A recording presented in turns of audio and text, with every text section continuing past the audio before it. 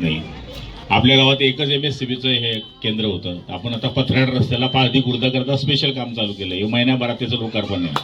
म्हणजे पाळधी खुर्द करता वेगळं, पाळधी बुद्रुक करता वेगळं. आपला लोड एवढा वाढला की आपली गावाची संख्या दुप्पटच्या वरती झाली.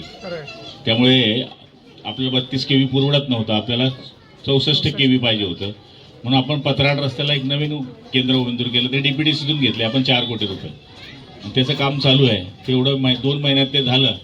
अशी आपल्याला लाईनला प्रॉब्लेम नाही, पण आपला मानस असा आहे की 24 तास गावात लाईट राहावी, 1 मिनिटही बंद होऊ नये. त्याच्याकरता आपण ते पण एक केंद्र काम सुरू केलेलं आहे.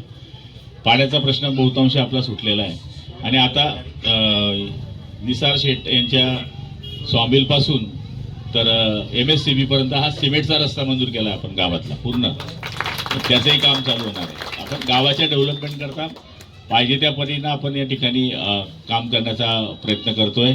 आणि मला तरी असं वाटतं की तुम्ही माझ्याकरता नवीन नाही आणि मी काही नवीन आहात. याची मॅडेटर घेऊन येऊ मी पर्यंत नाही.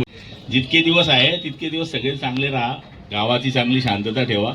भाईचाराने वागा. छोटे मोठे कामं आता होतील. आता नवीन भयानकी कुठला रस्ता राहिला मी लगेच त्याचा सर्वे करायला लावतो आणि एवढ्या 2 महिन्यामध्ये त्याचंही काम ठोकून देऊ आपण. कारण की आपल्याला पैशांची कमतरता नाही. त्या पाळती गावाकरता आपण जवळपास 2 कोटी रुपये या कालावधीमध्ये आता मंजूर करण्याचा प्रयत्न करतोय. म्हणजे जेणेकरून हा गाव अंतर्गत रस्ता हा कायमस्वरूपी म्हणजे एक वेळेस सिमेंटीकरण झाला की त्याला 50 वर्ष पाहायची गरज नाही. तर आपण त्याच्याकरता तेही पैसे आपण तरतूद केलेली आहे. त्यामुळे गावाचं लूक बदलावं. गावाचं काम होत असताना गावाचे चेंजेस असावे किंवा 50 वर्षात 10 वर्षानंतर आलेला माणूस गावात म्हटलं पाहिजे की येईल.